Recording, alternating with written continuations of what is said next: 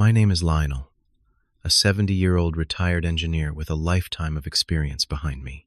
Never did I imagine my own son Thomas would let his wife Amanda kick me out of their guest house, especially after I helped them buy that home. She moved her parents in before my bags were even packed. I spent weeks in a dark place, feeling betrayed and forgotten. But life has a way of coming full circle. When I returned with an unexpected ally, the look on Amanda's face was worth every tear I shed. Let me know where you are watching from in the comments below.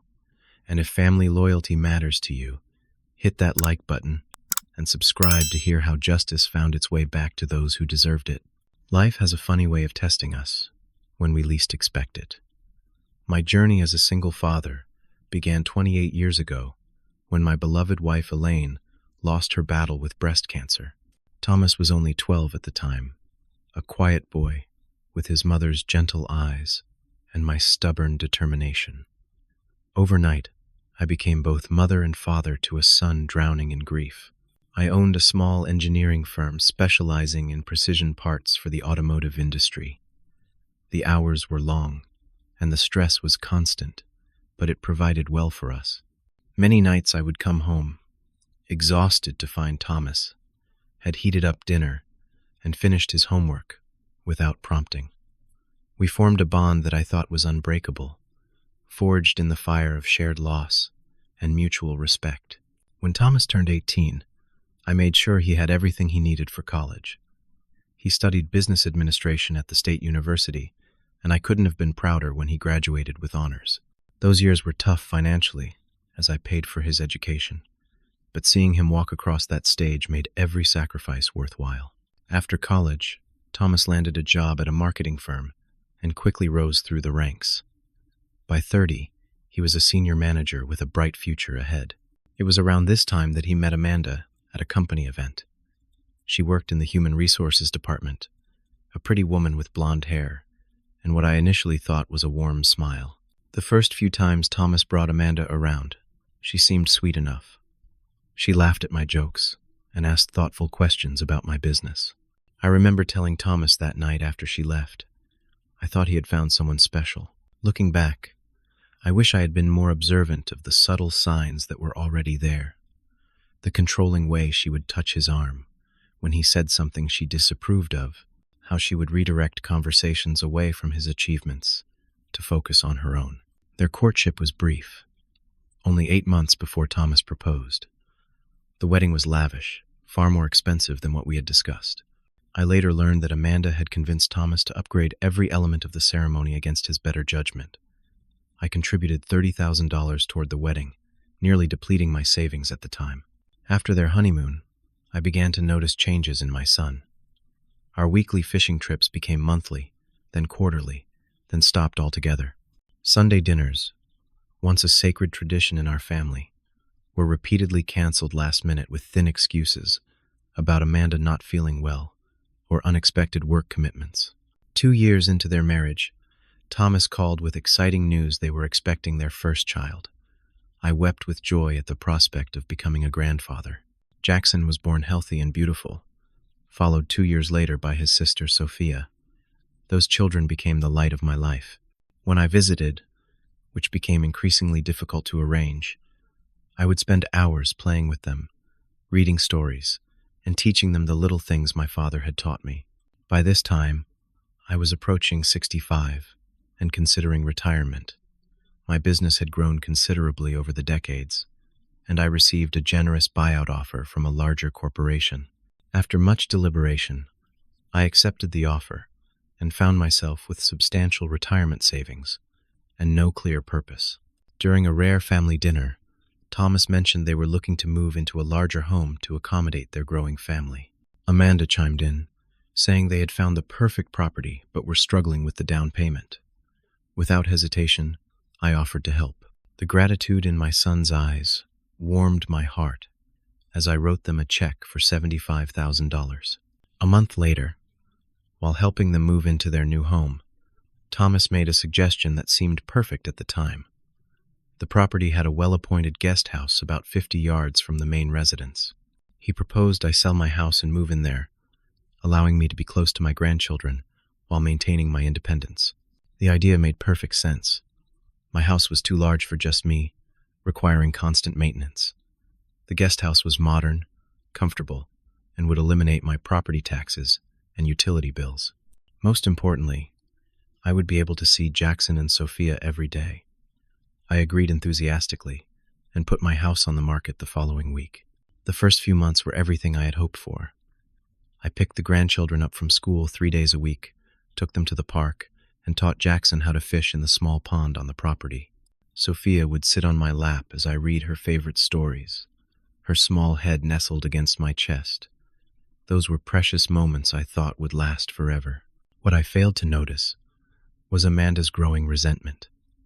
She would make comments about me spoiling the children or undermining her parental authority. If I brought the kids home with a small toy or treat, she would lecture me about consumerism and sugar intake. I tried to respect her boundaries while maintaining my relationship with my grandchildren. Around this time, I also became aware of Amanda's parents, Gerald and Barbara. They visited frequently, usually staying for extended periods. Unlike my minimal and considerate presence, they dominated the household during their stays, rearranging furniture and criticizing Thomas's parenting. I later learned they had a history of financial troubles, stemming from Gerald's failed business ventures and Barbara's excessive spending. Despite the growing tension, I made every effort to be helpful without intruding. I maintained the property, mowing the lawn, trimming hedges, and handling small repairs before Thomas even noticed they were needed. When their water heater failed in the middle of winter, I paid for the replacement without being asked. When they mentioned wanting to renovate their kitchen, I offered both financial assistance and my own labor to reduce costs. My life had found a new purpose in supporting my son's family and watching my grandchildren grow. Little did I know that the foundation of this new life was built on shifting sand, and the tide was already coming in to wash it all away. The first clear sign that something was changing came during Jackson's 6th birthday party.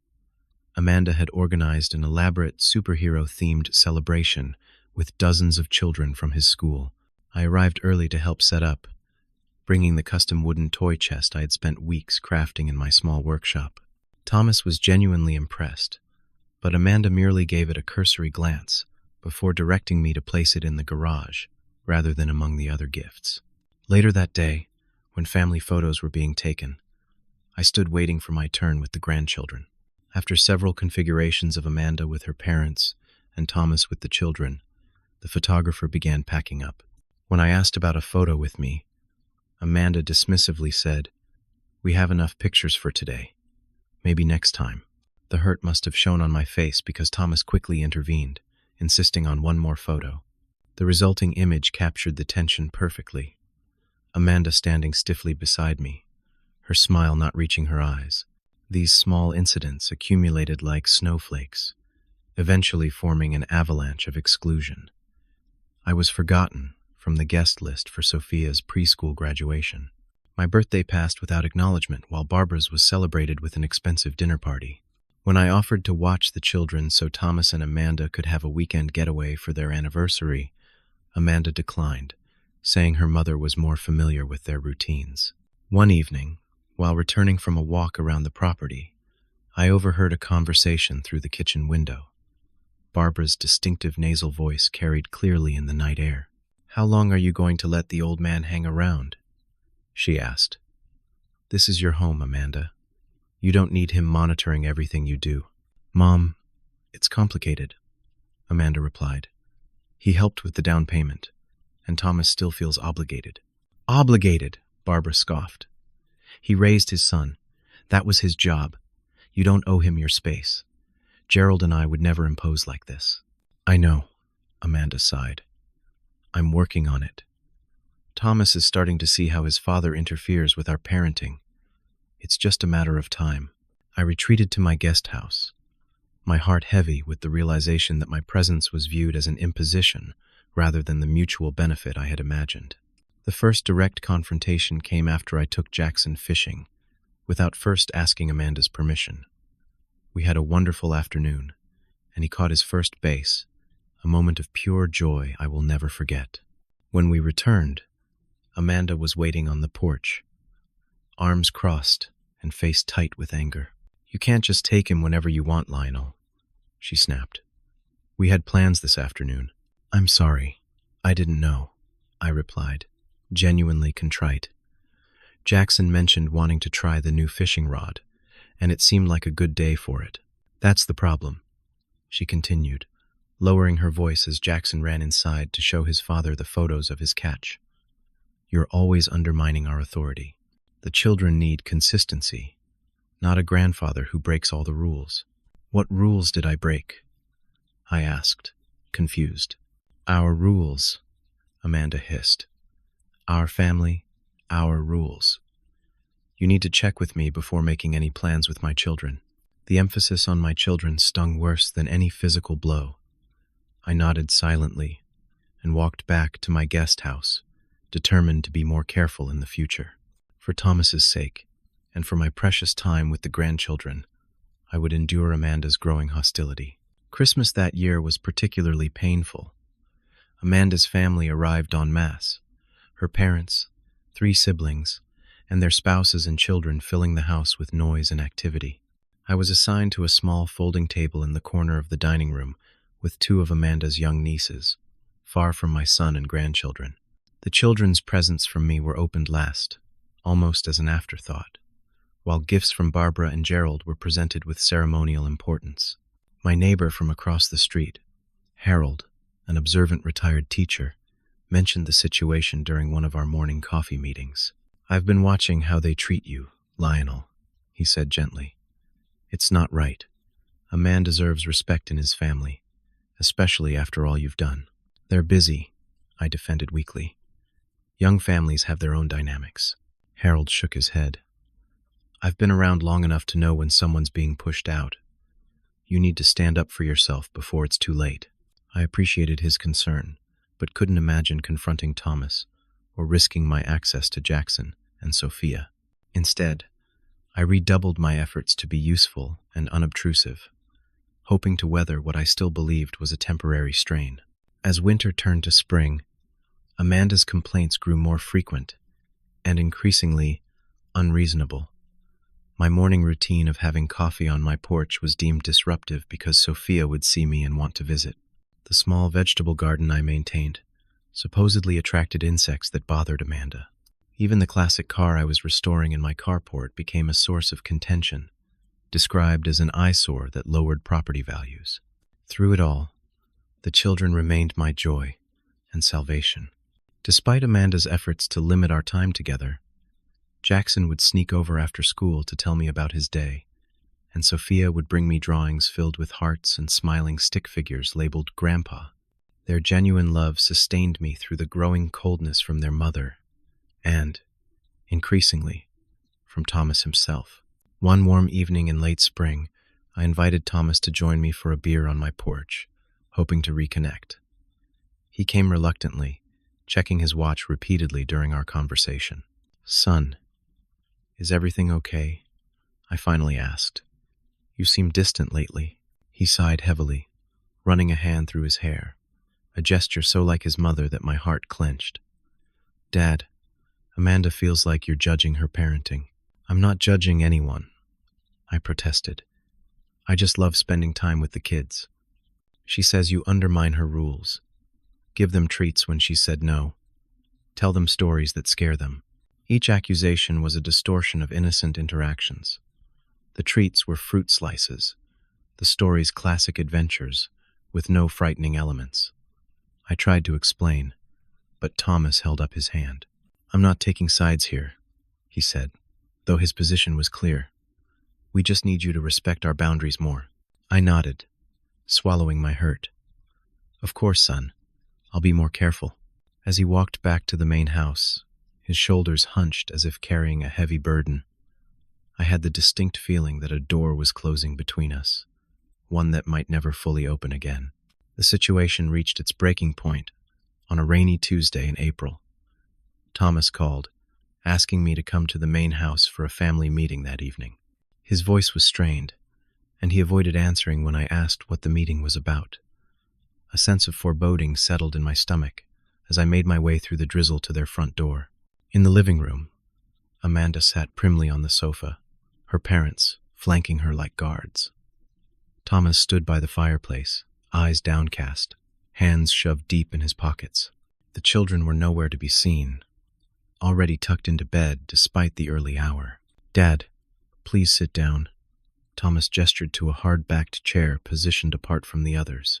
I lowered myself into the seat, knees creaking, heart pounding. "What's this about?" Amanda cleared her throat, taking charge of the conversation. "Lionel, we need to discuss a change in living arrangements." My throat went dry. "What kind of change?" She exchanged glances with her parents before continuing. "As you know, Gerald and Barbara have been having some financial difficulties." This was news to me, though not surprising given their history of poor money management. I nodded cautiously. "Their landlord has sold their building, and they need to move out by the end of the month," Amanda continued. "They don't have anywhere to go." "I'm sorry to hear that," I said sincerely, still not understanding my role in this situation. Amanda leaned forward, her eyes not quite meeting mine. "We think it would be best if they moved into the guest house." The implication hung in the air for a moment before I fully processed it. "But that's where I live," I said, my voice sounding distant to my own ears. "We know," Thomas finally spoke, still not looking at me. "That's why we wanted to talk."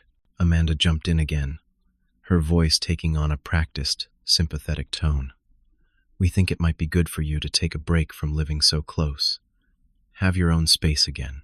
You know how important family is during difficult times." The manipulation was so transparent it would have been laughable if it weren't so devastating. My sons-in-laws were family deserving of support, but I, his father, was not. "Thomas," I said, ignoring Amanda, "is this what you want?" He finally met my eyes, and what I saw there broke something fundamental inside me. His gaze held pity, embarrassment, and worst of all, resolution. My son had made his choice, and it wasn't me. "Dad, it would just be temporary," he lied. We all knew it was a lie, until they get back on their feet. "And where am I supposed to go?" I asked quietly. Barbara spoke up, her voice falsely bright. "Didn't you mention that nice retirement community near the lake? The one with the activities and outings?" I had mentioned it once, in passing, as a place a former colleague had moved to. I had called it depressing. "I sold my house to move here," I reminded them. "At your invitation." A tense silence followed. Gerald studied his expensive watch, clearly bored with the conversation. Barbara patted Amanda's hand supportively. Thomas shifted his weight from one foot to the other. "How long do I have?" I finally asked, conceding defeat. Amanda answered immediately, as if the timeline had already been decided. "We were hoping you could be out by next weekend. Gerald and Barbara need to be out of their apartment by the 1st. A week. They were giving me a week to dismantle the life I had built there. Thomas must have seen the shock on my face, because he quickly added, "I'll help you find a place, Dad, and move your things." I stood up slowly, feeling every one of my 70 years. When I spoke, my voice was steady despite the turmoil inside. "I'll be out by Saturday." As I turned to leave, Amanda called after me. "We hope you understand this is what's best for everyone." I didn't respond. There was nothing left to say. The next few days passed in a blur of boxes and phone calls. I found a small one-bedroom apartment in a complex across town, signing a 6-month lease with money that had been earmarked for Jackson and Sophia's college funds. Thomas helped for exactly 2 hours on Wednesday evening, bringing empty boxes and carrying a few items to my car before being summoned home by a text from Amanda. On Friday afternoon, as I packed the last of my workshop tools, I heard unfamiliar voices and laughter. Looking out the window, I saw Gerald and Barbara directing movers who were unloading furniture from a rental truck. They were moving in before I had even finished moving out. Sophia spotted me through the window and broke away from her grandmother's grip, running toward me with arms outstretched. "Grandpa, why are you putting your things in boxes?" she asked. Her small face creased with worry. I knelt down to her level, heartbreaking anew. "Grandpa is going to live in a new place for a while, sweetheart. But why can't you live here? I like when you live here. Before I could formulate an answer appropriate for a 5-year-old, Barbara appeared, pulling Sophia away. Come along, darling. Grandma brought your favorite cookies. Let Grandpa finish his work. The pointed emphasis on grandma and the dismissive reference to my departure as work told me everything about how my absence would be explained to the children. That evening, Thomas helped load the last of my belongings into my SUV and the small trailer I had rented. Jackson and Sophia clung to me during our goodbye, confused and upset despite the adults' attempts to frame my departure as an exciting change. We'll visit you soon, Dad, Thomas promised, not meeting my eyes. Once you're settled, I'll look forward to that, I replied, knowing even then it was unlikely to happen. As I drove away from the house I had helped pay for, watching my grandchildren's small figures recede in the rearview mirror, I felt a hollow emptiness expand inside my chest. For the first time since losing Elaine, I was truly alone. The first week in my new apartment was the darkest period of my life since Elaine's death. The space was impersonal and echoing, despite being objectively small. I went through the motions of unpacking and arranging furniture, but found myself sitting for hours in my recliner, staring at the wall, unable to muster the energy to continue. Sleep eluded me. I would lie awake until the early hours, replaying the family meeting in my mind, thinking of all the things I should have said. When exhaustion finally claimed me, I would jerk awake after only a few hours, heart racing from nightmares where I called for Thomas and he turned away, unable to hear me. My appetite vanished. The refrigerator remained nearly empty, and the coffee maker unused. I lost 12 pounds in those first 2 weeks, my clothes hanging loose on my frame. The physical symptoms of my emotional wound were impossible to ignore. My hands trembled, my vision occasionally blurred with unshed tears, and a constant pressure sat on my chest like a stone. On the 10th day, my phone rang. It was Walter, an old friend from my working days, whom I hadn't spoken to in nearly a year. Later, he would tell me he had called on a gut feeling that something wasn't right. Lionel, his gruff voice came through the speaker. Where the hell have you been? I've called your house 3 times. I've moved, I said simply, not elaborating. Walter, never one to let things go, pressed for details. By the end of our 30-minute conversation, he had extracted the entire story and insisted on coming over that evening with dinner and drinks. Walter arrived with Chinese takeout and a bottle of good scotch. He took one look at my haggard appearance and sparse apartment and shook his head. Jesus, Lionel, he muttered. You look like hell warmed over. Nice to see you too. I attempted humor, but it fell flat. Over lo mein and bourbon, I shared the full story. Walter listened without interruption, his face growing increasingly grave. When I finished, he set down his glass with deliberate care. Your son is a coward, he stated bluntly, and his wife is a piece of work. He's caught in a difficult position, I defended automatically. Walter snorted.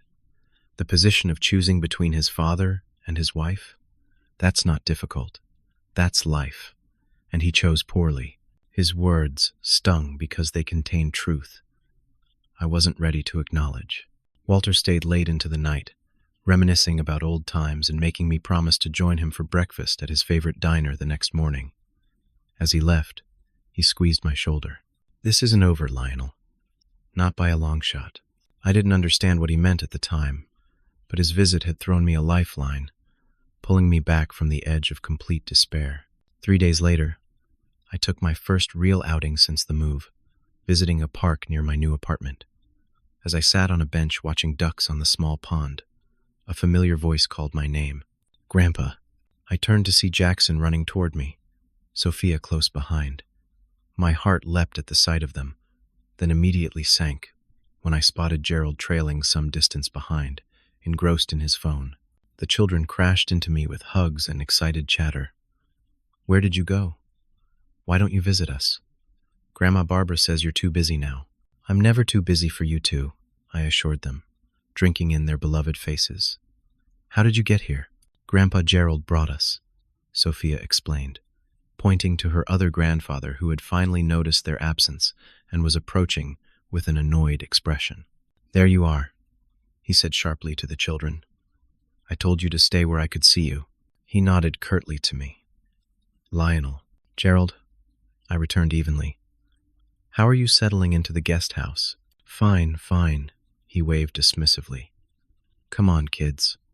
Your grandmother is waiting in the car." "But we just found Grandpa," Jackson protested. "We want to stay with him."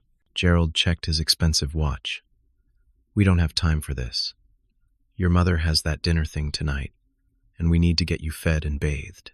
The children reluctantly pulled away, promising to visit me soon, though all of us, including them, knew it was unlikely to happen without adult cooperation. As they walked away, I overheard Jackson ask, "Why doesn't Grandpa Lionel live with us anymore?" Gerald's response made my blood boil. "Because he wanted to move out and live somewhere else. He's very busy with his own life." The blatant lie told so casually to my grandchildren wounded me deeply. I sat on that bench long after they'd gone, struggling to contain my emotions. 2 days later, fate intervened again. I was sitting in a coffee shop near my apartment, attempting to enjoy a book, though the words swam meaninglessly before my eyes. At a table behind me, 2 women were deep in conversation, their voices carrying clearly in the quiet shop. "So the party was amazing," the first woman said. "Amanda really went all out." At the mention of my daughter-in-law's name, I froze, not moving a muscle as I strained to hear.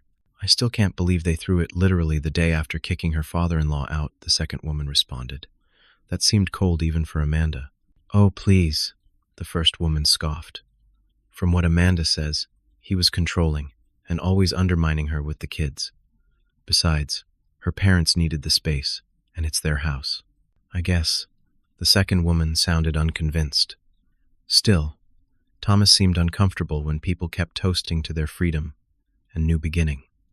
He kept checking his phone like he was expecting a call. The conversation shifted to other topics, but I had heard enough.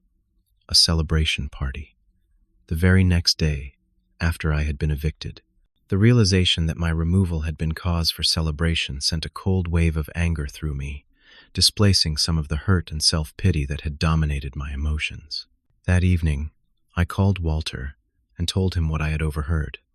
His reaction was immediate and forceful. "That tears it," he growled.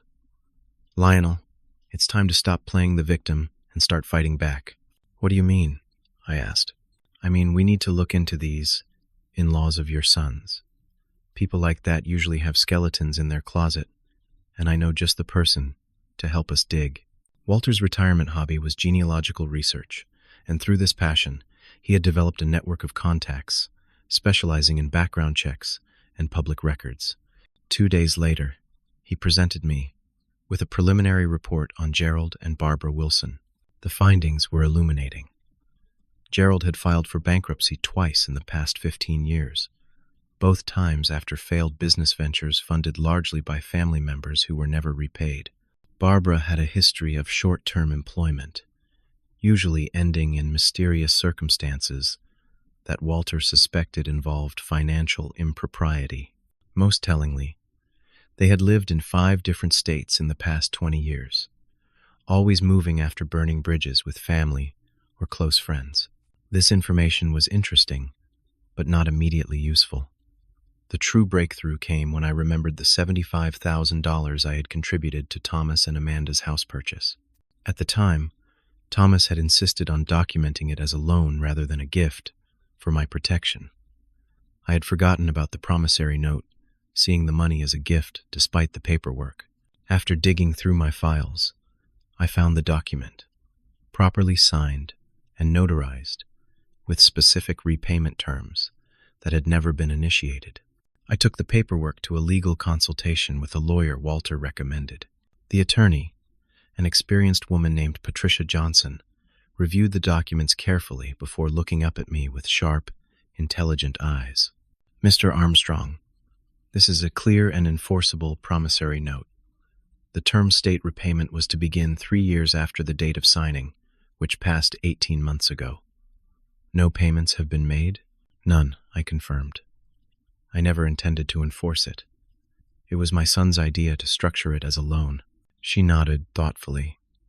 Intentions aside, this is a legally binding obligation. Given the circumstances you've described, you would be well within your rights to demand repayment, according to the acceleration clause right here. She pointed to a paragraph in the document. That would require them to repay the full amount within 30 days. I hesitated, uncertain about taking such a drastic step. As if sensing my reservation, Patricia leaned forward. Mr. Armstrong, you mentioned the wife's parents. What did you say their names were? Gerald and Barbara Wilson, I replied. A strange expression crossed her face. She opened her desk drawer and removed a business card, sliding it across the desk to me. I think we should continue this conversation, but not here, and not as attorney and potential client. Are you free for dinner tomorrow night? Confused but intrigued, I agreed to meet her at an upscale restaurant downtown the following evening. As I left her office, I felt the first stirrings of hope that had been absent since the night of the family meeting. Perhaps there was a way forward that didn't involve simply accepting my son's betrayal. The restaurant Patricia had chosen was quiet and elegant, with private booths that ensured our conversation would remain confidential. She was already seated when I arrived, dressed in a conservative blue suit that somehow made her look both professional and approachable. I estimated her to be in her early 60s, with silver-streaked dark hair and keen brown eyes that missed nothing. After ordering drinks, she got straight to the point. Mr. Armstrong, Lionel, may I speak candidly? Please do, I encouraged, curious about the reason for this unusual meeting. The Wilson family you described is familiar to me, she said, swirling her wine glass thoughtfully. Barbara Wilson is my sister. The revelation stunned me. What are the chances? Patricia smiled grimly. Higher than you might think. Walter and I have known each other for years. When he mentioned your situation, I suspected immediately. The pattern is all too familiar. Your sister? I still couldn't believe the coincidence. Estranged sister, she clarified. We haven't spoken in nearly 20 years, not since she and Gerald manipulated our father out of his retirement savings for one of their doomed business ventures. They left him nearly destitute, then disappeared to another state, when the business predictably failed. I'm sorry, I said sincerely. She waved away my sympathy. I'm telling you this because you need to understand who you're dealing with. Barbara and Gerald are expert manipulators who have made a lifestyle out of exploiting family connections for financial gain. Your son's wife, my niece, appears to have learned from their example. Over dinner, Patricia shared detailed accounts of similar situations the Wilsons had orchestrated with other family members, her uncle, 2 cousins, and Barbara's former best friend. The pattern was always the same. Identify a family member with assets or income, integrate themselves into that person's life, manipulate emotions to gain control, then extract financial benefit before moving on. Have you considered that your son might not know everything that's happening? Patricia asked. In my experience, Barbara and Gerald are careful to maintain plausible deniability. They work through others, my niece in this case, while keeping their own hands seemingly clean. The thought had occurred to me, but I hesitated to embrace it fully.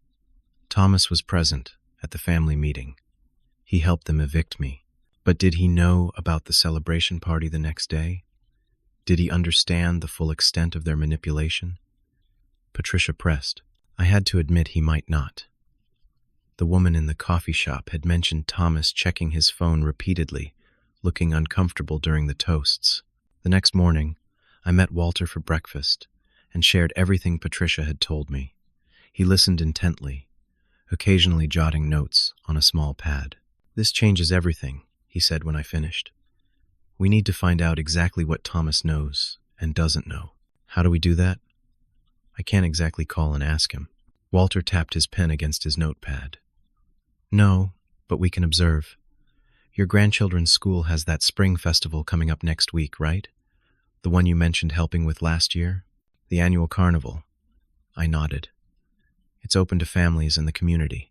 Perfect. We'll go. keep a low profile, and watch the interactions. See if we can get a better read on the situation. The school carnival provided our first opportunity for reconnaissance. Walter and I volunteered to help with the games, giving us legitimate reason to be there without arousing suspicion. From my position running the ring toss, I had a clear view of Thomas's family as they moved through the event. The dynamics were revealing. Thomas stayed close to the children, barely interacting with Amanda, who spent most of her time on her phone or chatting with other mothers. When Gerald and Barbara arrived halfway through the event, Amanda's demeanor changed immediately. She became animated, seeking their approval, while Thomas's shoulders tensed visibly. At one point, Jackson spotted me and ran over for a hug, followed quickly by Sophia. Thomas noticed and approached cautiously, his expression a mix of guilt and concern. "Dad," he said, sounding genuinely surprised. "I didn't know you would be here. I volunteer every year," I reminded him gently. "Right, of course." He glanced nervously toward Amanda, who was watching us with narrowed eyes. "How are you settling in?" he asked, his voice lowered. "I'm managing," I replied. "The kids look well. They miss you," he admitted. "They ask about you all the time." Before I could respond, Amanda materialized at his side, taking his arm possessively. "Thomas, my parents want to take us all for ice cream." She acknowledged me with a curt nod. "Lionel." The dismissal was clear. Thomas gave me an apologetic look as Amanda led him away, the children waving goodbye over their shoulders.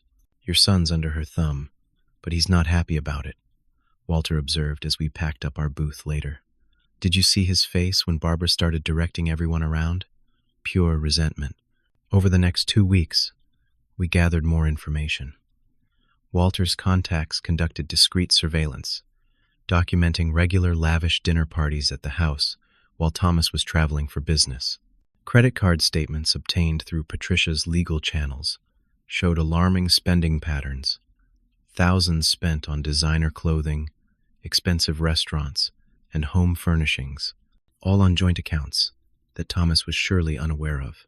Most significantly, Patricia discovered that Gerald had recently incorporated a new business venture, listing their residential address, the house I had helped purchase, as the business headquarters. Documents filed with the state showed Thomas as an unwitting co-investor, his signature on papers that Patricia suspected were fraudulent. With each new piece of information, my determination grew. This wasn't just about my hurt feelings or even my relationship with my son. Thomas and my grandchildren were being manipulated and potentially put at financial risk by people who had proven themselves untrustworthy. The turning point came when I reconnected with Franklin Davis, Thomas's godfather and my oldest friend. Franklin had been out of the country for several years, working as a consultant for international engineering firms. He had returned recently and was shocked to learn what had transpired in his absence. "This is unacceptable, Lionel," he stated flatly after hearing the full story. "Thomas has always respected my opinion. I think it's time I paid him a visit and asked some pointed questions." Franklin held significant influence in Thomas's life. After Elaine's death, he had stepped in as a second father figure, mentoring Thomas through college and early career decisions. If anyone could get through to my son, it would be Franklin. As our information gathering continued, a plan began to take shape. Patricia identified the upcoming opportunity, a surprise birthday party for Thomas, that Amanda was organizing, clearly designed to impress her parents and their social circle. According to our information, it was scheduled for the following Saturday at their home, with dozens of guests invited. "This is your chance, Lionel," Walter insisted. "You show up with Patricia. Franklin brings the evidence, and we lay it all out for Thomas to see." "It's his birthday party," I protested. "I can't ruin that for him." Patricia's response was gentle but firm. "I understand your concern, Lionel, but ask yourself this: what's the greater kindness? Allowing this deception to continue until Thomas loses everything, or causing one uncomfortable evening that might save him years of manipulation and financial ruin?" Put that way, the decision became clear. We spent the next week preparing carefully, gathering documentation, organizing our approach, and steeling ourselves for the confrontation to come. Franklin arranged to arrive early, establishing his presence before the main event. Walter would remain outside as backup, ready to provide additional support if needed. Throughout this period of preparation, I experienced a profound emotional evolution. The depression that had consumed me after the eviction gradually transformed into purpose. The helplessness gave way to determination. For the first time since Thomas was a child, I felt like a father again, someone with not just the responsibility, but the ability to protect his son, even if that son didn't realize he needed protection. The night before the confrontation, I sat alone in my apartment, looking at old family photos. One in particular caught my attention: Thomas at his college graduation, standing proudly between me and Franklin, his face alight with possibility and hope. That was the son I remembered, not the conflicted man who had allowed his father to be cast aside. That was the son I was fighting to reclaim. I called Patricia, suddenly uncertain. What if this backfires? What if it just pushes Thomas further away? Her response was thoughtful. That's always a risk, Lionel. But ask yourself this: if you do nothing, will you ever truly have your son back anyway? The question lingered with me through a restless night. By morning, my resolve had solidified. Whatever the outcome, I would no longer be a passive victim in this story. It was time to stand up for myself, for my son, and for the grandchildren who deserved better than to be pawns in the Wilsons' manipulative games. The day of Thomas's birthday arrived clear and warm, a beautiful spring Saturday that belied the emotional storm brewing. Through our network of information, we knew the party was scheduled to begin at 4 in the afternoon. Patricia and I planned to arrive at 6, when the celebration would be in full swing. I dressed carefully in a navy suit I hadn't worn since Elaine's funeral, a symbolic choice that wasn't lost on me. Patricia picked me up in her sleek black sedan, herself impeccable in a conservative dress that nonetheless made a statement of authority. As we drove to the house that had once partly been mine, Patricia reviewed our strategy one final time. Franklin would already be inside, having arrived as an invited guest. Walter was positioned nearby, ready to provide backup if needed. We had copies of all relevant documents secured in Patricia's leather portfolio. Remember, Patricia advised, keeping her eyes on the road. Stay calm no matter what Amanda or her parents say. This isn't about revenge. It's about truth. I nodded, my throat too tight for words. As we turned onto the familiar street, I could see cars lining both sides, dozens of them, indicating a substantial gathering. Colored lanterns were strung across the front yard, and the sound of music and laughter drifted through the open windows. Patricia parked a short distance away, and we walked the last 100 yards in silence. At the front door, she squeezed my arm reassuringly before ringing the bell. A server in a white jacket opened the door, assuming we were invited guests. The entrance hall was filled with flowers and balloons, a banner reading "Happy 40th Birthday Thomas" hanging prominently on the wall. Through the archway to the living room, I could see at least 30 people mingling, drinks in hand. We had taken only 3 steps inside when Amanda spotted us from across the room.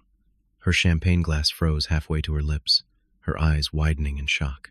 She quickly recovered, handing her glass to a nearby guest, and making her way toward us with determined strides. "What are you doing here?" she hissed when she reached us, her smile stiff and false for the benefit of watching guests.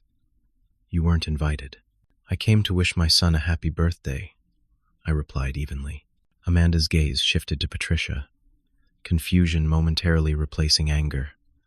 "Who is this?" Patricia extended her hand professionally. "Patricia Johnson. I believe you know my sister Barbara." The effect was immediate. Amanda's face drained of color, her practiced composure crumbling. She glanced frantically around the room, locating her mother deep in conversation near the fireplace. "I don't know what you think you're doing."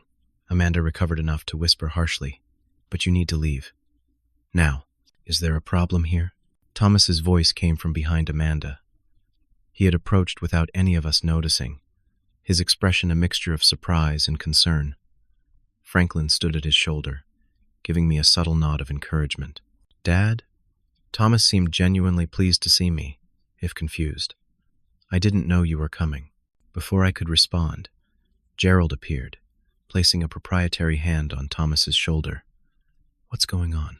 His gaze landed on Patricia, and I watched with satisfaction as recognition dawned in his eyes. His face paled to match his daughter's. Hello, Gerald, Patricia said pleasantly. It's been, 20 years? By now, a small circle of space had opened around our group, other guests sensing the tension and discreetly moving away while pretending not to listen. Barbara had noticed the commotion and was making her way toward us, her expression changing from irritation to shock as she recognized her sister. Patricia, she gasped. What are you doing here? Family reunion, Patricia replied with a smile that didn't reach her eyes. Long overdue, wouldn't you say? Thomas looked between us all, confusion evident. Does someone want to tell me what's going on? Franklin stepped forward, taking control of the situation with the authority that had made him successful in business and respected by Thomas. I think we should continue this conversation somewhere more private, he suggested firmly. There's nothing to discuss, Amanda interjected, regaining her composure. This is a birthday party, not a family therapy session. Actually, I said, finding my voice at last, there's quite a lot to discuss. About the guest house, the party you threw the day after I left, and the business Gerald has registered using this address. Thomas's head snapped toward Gerald. What business? Gerald waved dismissively. Just a small consulting operation. Nothing for you to worry about. Except that you've listed Thomas as a co-investor, Patricia added, opening her portfolio and removing a document, without his knowledge or consent, which is, of course, fraud. The color drained from Gerald's face as Thomas took the paper, scanning it with increasing alarm. I never signed this, he said, looking up with anger building in his expression. There's more, I said gently.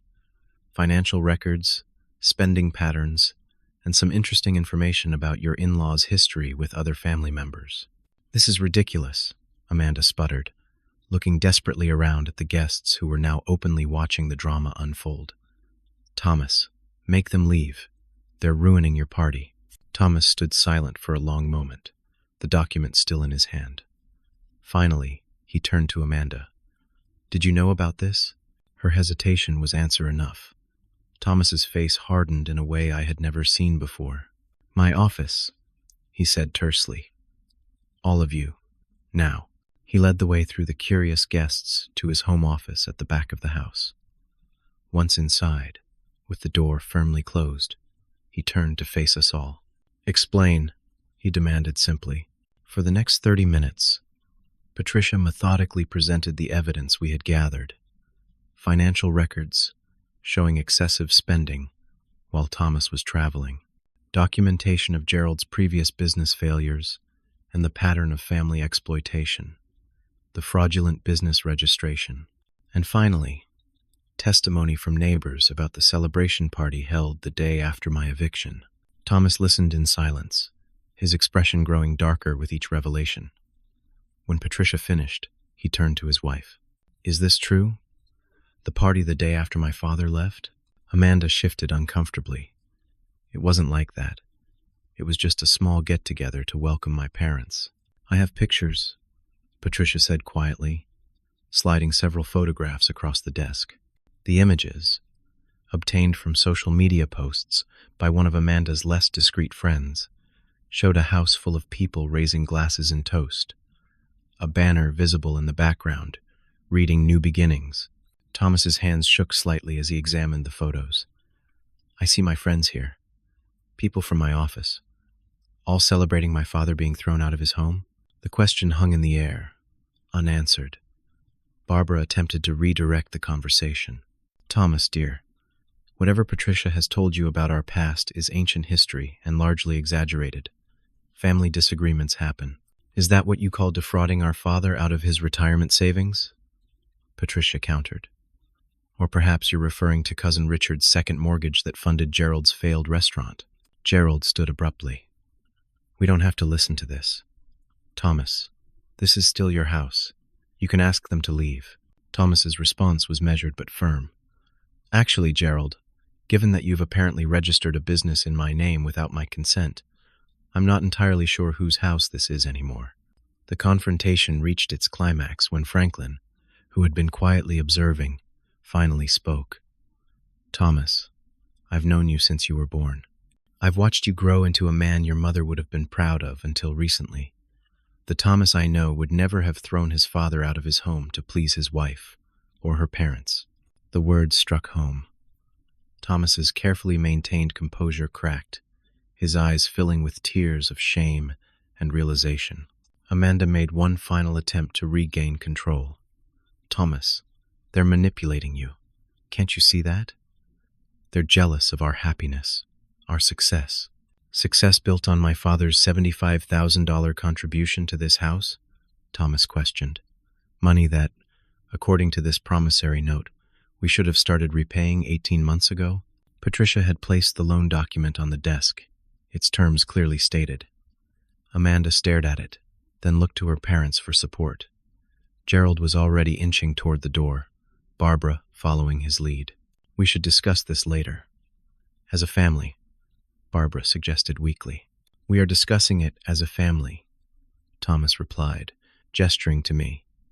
My father is family. He always has been. In that moment, I saw a glimpse of the son I remembered, the boy with a strong moral compass and the courage to admit when he was wrong. Whatever happened next, that recognition alone made everything worthwhile.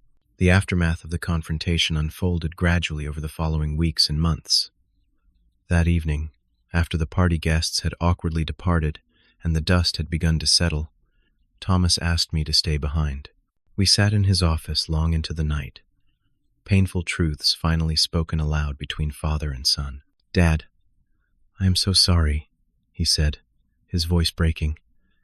I let Amanda push you out because it was easier than standing up to her. I convinced myself it was temporary, that her parents really needed help. But deep down I knew it was wrong. His honesty touched me deeply. It takes courage to admit such things, son. Not as much courage as it took for you to come back and fight for our relationship, he responded. I don't deserve your forgiveness. You have it anyway, I told him, though we both understood that forgiveness didn't mean immediate restoration of trust. That would take time and consistent effort on both our parts. The legal consequences unfolded swiftly. Patricia, acting now officially as my attorney, filed paperwork invalidating Gerald's fraudulent business registration and initiated proceedings to recover my loan. Gerald and Barbara, recognizing the precariousness of their position, moved out of the guest house within a week, relocating to a condo across town. The most surprising development came 2 weeks later, when Thomas called to tell me he had discovered additional financial deceptions. Amanda had been maintaining secret credit card accounts, accumulating debt in both their names, while presenting a facade of responsible management of their household finances. I'm separating from Amanda, he informed me, his voice tired but resolved. I've asked her to move out while we sort through the legal issues. Are you sure that's what you want? I asked, concerned about the impact on my grandchildren. It's not about what I want anymore, Dad. It's about what's right. I can't stay married to someone who would treat my father the way she treated you, who would lie to me, and who would put our family's financial security at risk for appearance's sake. The separation process was difficult, especially for Jackson and Sophia.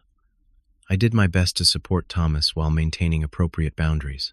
One of my first decisions was to decline his offer to move back into the guest house. I appreciate the gesture, son, but I think we both need our own space right now, I explained. I've signed a 1-year lease on my apartment. Let's take this slowly. Instead, I found a comfortable 2-bedroom house to rent, close enough to Thomas's home to visit regularly, but maintaining my independence. This arrangement proved beneficial during the turbulent months of Thomas's separation and eventual divorce proceedings. The relationship with my grandchildren required careful rebuilding. Their mother had told them various stories about my absence, creating confusion that took patience to unravel. I established a routine of Sunday afternoon outings, taking them fishing at the local pond, visiting museums, or simply cooking together at my new home. Gradually, their trust in the consistency of my presence was restored. My friendship with Walter deepened through this period. His unwavering support during my darkest days had created a bond that now flourished in better times. We began volunteering together at a local veterans center, finding purpose in helping others who were struggling with loneliness and transition. Thomas, too, was changing. Freed from Amanda's controlling influence, he rediscovered parts of himself that had been suppressed during their marriage. He resumed our old fishing trips, bringing Jackson along to continue the family tradition. He sought my advice about parenting as a single father, listening with an openness he hadn't shown in years. The first holiday after the confrontation, Thanksgiving, was awkward but healing. Thomas and the children came to my house, along with Walter, Franklin, and Patricia, who had become an unexpected friend. We prepared the meal together, each contributing a dish, the kitchen warm with conversation and laughter. That evening, after the guests had departed and the children were watching a movie in the living room, Thomas and I sat on the back porch with coffee. "Dad," he said thoughtfully, "I've been thinking about what happened, trying to understand how I let things go so wrong." "What conclusions have you reached?" I asked. "That I was looking for something outside myself, someone to make decisions for me, to take responsibility. After Mom died, you were so strong, handling everything. I never felt like I had to step up in the same way." His insight surprised me. "We all have different journeys to independence, son. Your mother and I maybe sheltered you too much after her diagnosis." He shook his head. "No, you gave me what I needed then. But I needed to grow up eventually, to stand on my own 2 feet. I think that's what I'm finally learning to do now." The healing continued through the winter and into spring. Thomas finalized his divorce, maintaining primary custody of the children, with Amanda having weekend visitation. Gerald and Barbara, their plans for financial security through their daughter's marriage now derailed, moved to Arizona to start fresh, their pattern of family exploitation temporarily disrupted. As for me, I discovered that life at 70 still held possibilities I hadn't imagined. Patricia and I developed a friendship that gradually evolved into something more, our shared experience with difficult family members, creating an initial bond that deepened with time. Her intelligence, integrity, and dry humor brought joy back into my life when I least expected it. 1 year after the confrontation, I sat in the backyard of my new home, watching Thomas teach Sophia to cast a fishing line in the small pond beyond my property line. Jackson was helping Patricia set up a picnic table nearby, chattering happily about his science project. Walter and Franklin were arguing good-naturedly about the proper way to grill corn, their friendship now as solid as their individual relationships with me. In that moment, surrounded by the family I had fought to reclaim and the new connections that had emerged from the struggle, I understood something profound about the nature of belonging. True family isn't defined by obligation or even by blood, but by mutual respect, honesty, and the courage to stand up for those relationships when they're threatened. The betrayal I experienced was painful beyond words, but it forced me to discover a strength I didn't know I possessed. It taught me that even at 70, I wasn't finished growing, learning, or fighting for what mattered. Most importantly, it showed me that sometimes you have to lose what you thought was yours in order to gain something more authentic and enduring. As I look back on that difficult chapter now, I feel gratitude alongside the lingering hurt.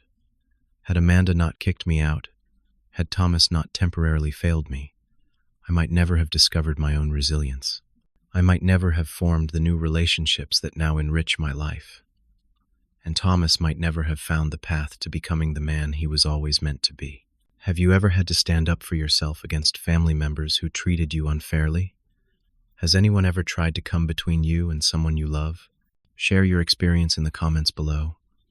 And if this story resonated with you, please like, subscribe, and share it with someone who might need to hear that it's never too late to stand up for yourself and reclaim your dignity.